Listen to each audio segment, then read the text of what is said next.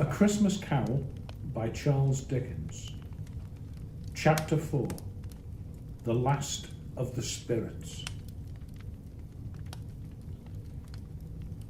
The phantom slowly, gravely, silently approached. When it came, Scrooge bent down upon his knee, for in the very air through which this spirit moved, it seemed to scatter gloom and mystery. It was shrouded in a deep black garment, which hid its head, its face, its form, and left nothing of it visible, save one outstretched hand. It was difficult to distinguish it from the black night and separate it from the darkness by which it was surrounded. Are you the ghost of Christmas yet to come? Asked Scrooge. I fear you more than any other spirit. The ghost did not say a word, and Scrooge's legs trembled beneath him. He found that he could hardly stand when he prepared to follow it. I know your purpose is to do me good, said Scrooge. Lead on. They wandered into the heart of the city amongst the merchants, and the spirit stopped beside one little knot of businessmen. Observing that the hand was pointed to them, Scrooge advanced to listen to their talk. No, said a large man with a monstrous chin. I don't know much about it either way. I only know he's dead. When did he die? Inquired another. Last night, I believe. Why? What was the matter with him? Asked a third. I thought he'd never die. Oh, God knows, said the first with a yawn. What has he done with his money? Asked a red-faced gentleman with a pendulous excrescence up the end of his nose. That's what I want to know. I haven't heard, said the man with the large chin, yawning again. Left it to his company, perhaps. He hasn't left it to me, that's all I know. This pleasantry was received with a general laugh. Speakers and listeners strolled away and mixed with other groups. Scrooge knew the men and looked towards the spirit for an explanation. The phantom glided on into a street without a word.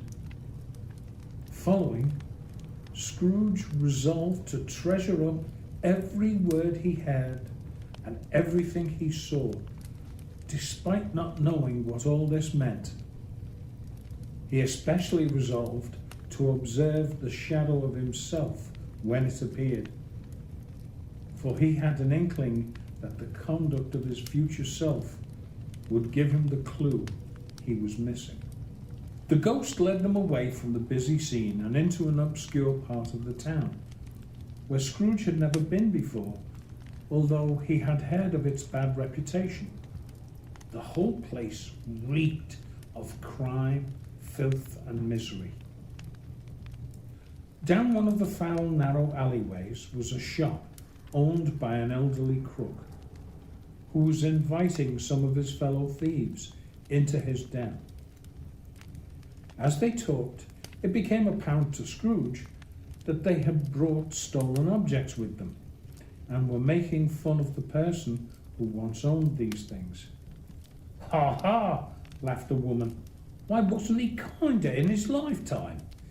If he had been, he'd have had someone to look after him when he was dying, instead of lying gasping out his last breath all alone. As each of the thieves presented their goods to the shop owner to sell, they kept making their taunts. Should I buy this? Said the shopkeeper. He didn't die of anything catching, did he?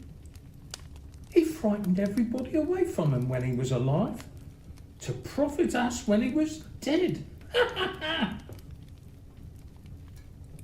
"Spirit," said Scrooge, shuddering from head to foot. I see.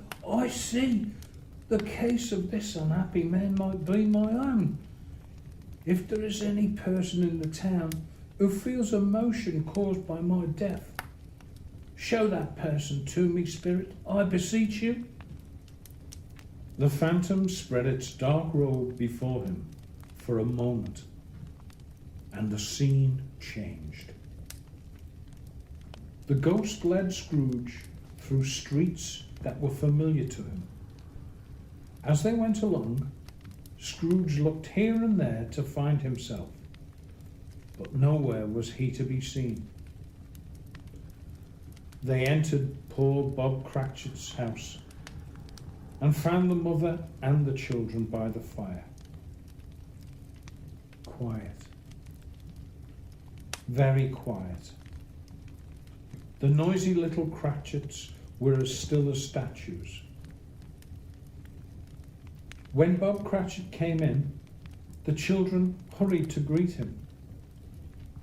Then the two young Cratchits got upon his knees and laid their little cheeks against his face, as if to say, "Don't mind it, Father.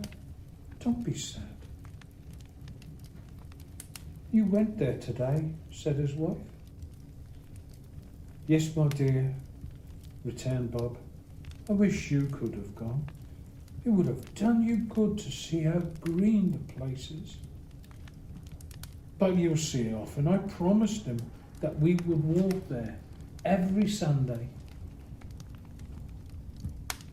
"My little child," cried Bob. "My little child." He broke down in tears. He couldn't help it. He left the room and went upstairs into the room above, which was lighted cheerfully and hung with Christmas. "Spectre," said Scrooge, "something tells me that our parting moment is at end." The ghost moved on again, taking Scrooge through the iron gates of the churchyard. The spirit stood among the graves and pointed down to one. Scrooge slowly went towards it, trembling, and following the ghost's finger, read upon the stone of the grave his own name, Ebenezer Scrooge. "Spirit," Scrooge cried, "are these the shadow of the things that will be? Or can this future be changed? Hear me, I am not the man I was. I will not be the man I must have been so far. Why show me this if I am past all hope? Good Spirit, I will honour Christmas in my heart and try to keep it all the year. I will live in the past, the present and the future. The spirits of all three shall be within me. I will not ignore the lessons that they teach. Oh, tell me that I may change my fate." Full of fear, Scrooge caught the spirit's hand, but the spirit suddenly changed. It shrunk and faded, and finally turned into a bedpost.